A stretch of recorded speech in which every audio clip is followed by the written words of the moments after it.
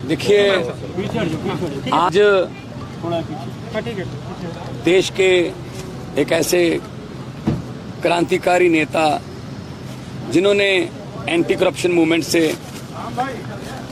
Party शुरू की, जिन्होंने पूरे देश की राजनीति की दशा और दिशा बदलने का अहद किया और वाकई बदल कर भी दिखाई। दिल्ली में 2 बार बीजेपी को, एक बार 3 सीट आई, एक बार 8 सीट आई और तीसरी बार एमसीडी में हराया। पंजाब में भारी भरकम बहुमत से आम आदमी पार्टी पर भरोसा जताया लोगों ने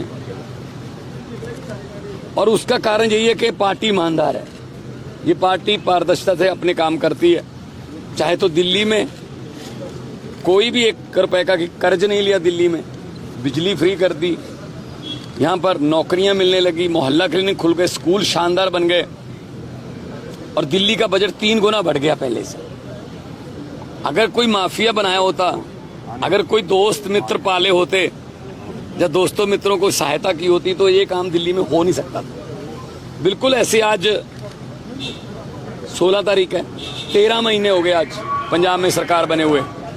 28,000 से ज्यादा सरकारी नौकरियां दे चुके हैं। बिजली के बिल 80 से ज्यादा %, 82% के आसपास घरों को बिजली के बिल जीरो आते हैं। बिजली बोर्ड का पूरा सब्सिडी का पैसा हमने उनको दे दिया। हमारे 504 मोहल्ला क्लिनिक खुल चुके हैं, स्कूल ऑफ एमिनेंस खुल रहे हैं। किसानों को फसलों का मुआवजा, उनकी फसल अभी खेतों में है, पैसे खातों में पहुंच गए। ये कैसे हो सकता है संभव? आम आदमी पार्टी है, ईमानदार पार्टी है।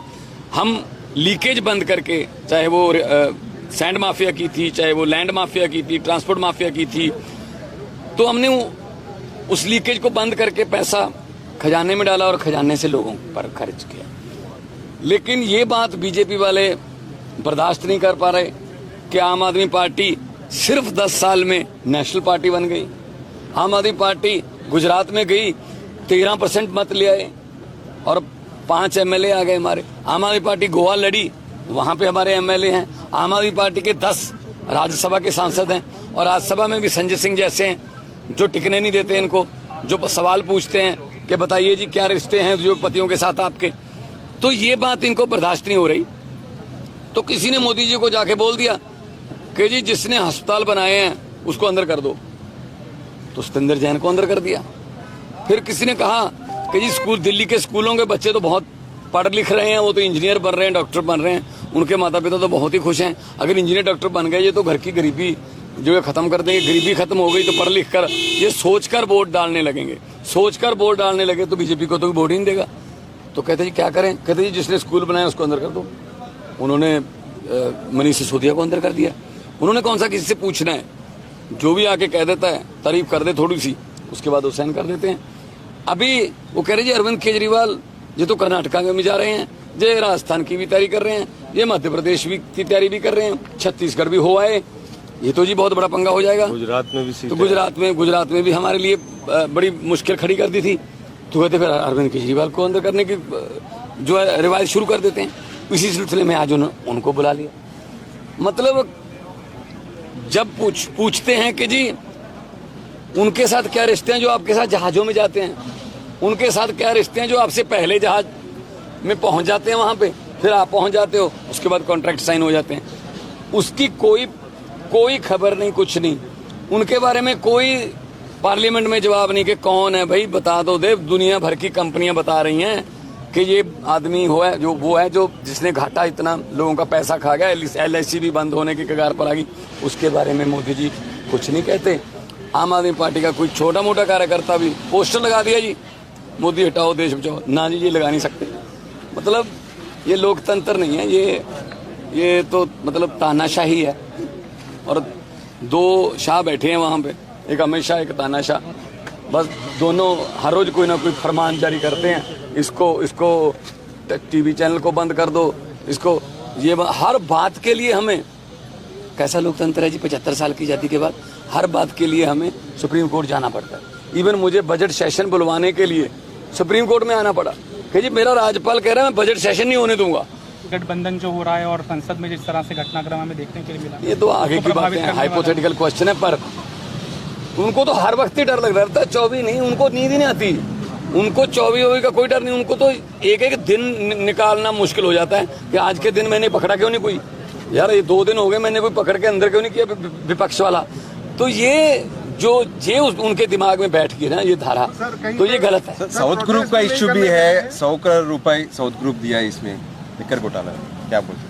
अरे कौन सा घोटाला, अभी तो हुई इनके घोटाला, ये तो बस वैसी घोटाले का इल्जाम लगा रहे हैं।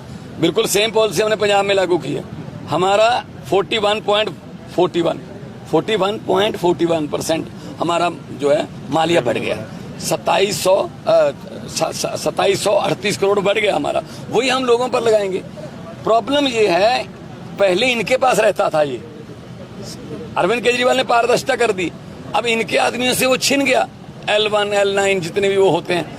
अब वो कहते जी हमारे से तो MCD भी ले गए, हमारे से तो सब कुछ ले गए छीन के, तो इसीलिए इनको ये लगता है कि शायद ये आम आदमी पार्टी की टीम तोड़ देंगे। आम आदमी पार्टी की टीम बहुत एकमुठ है, हम एक साथ हैं, चट्टान की तरह एक दूसरे के साथ खड़े हैं। और देखो MCD में इलेक्शन हुए, मेयर बनने में कितना टाइम लगा, सुप्रीम कोर्ट जाना पड़ा ना, मतलब जीतने के बाद भी नहीं छोड़ते भाई, अब तो छोड़ दो, तुम हार गए भाई, किसी को कभी विपक्ष में बैठना भी सीखो। अगर यही रहा तो ऐसा विपक्ष में बिठाएगी जनता, देश की 130 करोड़ लोग, ये दोबारा याद करेंगे जिंदगी में। सीबीआई मुख्यालय तक जाने वाले विधायकों को आज जगह जगह डिटेन किया जा रहा है, आम आदमी पार्टी के कार्यकर्ताओं को भी डिटेन किया जा रहा है, कहीं पे प्रोटेस्ट के लिए वही इनको वही डर है कि आम आदमी पार्टी के कार्यकर्ता जो हैं वो इनके तो किराए पर आते हैं, इनके वाले तो दिहाड़ी पे आते हैं। आम आदमी पार्टी के कार्यकर्ता सड़कों पर बस घूमते रहते हैं, आम आदमी पार्टी है तो इनको पता ही नहीं चलता कि आम आदमी पार्टी वाले कौन है। पहले पोस्टर लगाने वालों को पकड़ते रहे, हमारे तो आम लोग हमारे कार्यकर्ता हैं, हम किसी दिहाड़ी पर नहीं लेके आते, ना ही हम पैसे देकर लेके आते हैं। हमारे वाले कार्यकर्ता जुनूनी है, हमारे वाले कार्यकर्ता देश के लिए जुनूनी है, दिल्ली के लिए जुनूनी है कि हमने दिल्ली को भी ऊपर लेके जाना है, पंजाब को भी ऊपर लेके जाना है और देश को भी नंबर 1। आगे क्या कुछ रणनीति होगी, क्या आप लोग यहीं पे बैठे रहेंगे अभी जब तक अरविंद केजरीवाल? देखिए जो फैसला करेंगे हमारी, क्योंकि हमारे सीनियर्स यहाँ पे खड़े हैं सारे, पंकज जी हैं, संजय जी हैं और राघव जी हैं और हमारे स्पीकर साहब विधानसभा के और गहलोत साहब खड़े हैं, तो सारी पूरी हमारी टीम खड़ी है। जो भी फैसला करेंगे हम यहीं पे हैं, अरविंद जी के साथ चट्टान की तरह खड़े हैं, उनकी आवाज़ को दबा नहीं सकते ये, और जितना दबाने की कोशिश करेंगे उतना आवाज़ और जोर से उठेगी।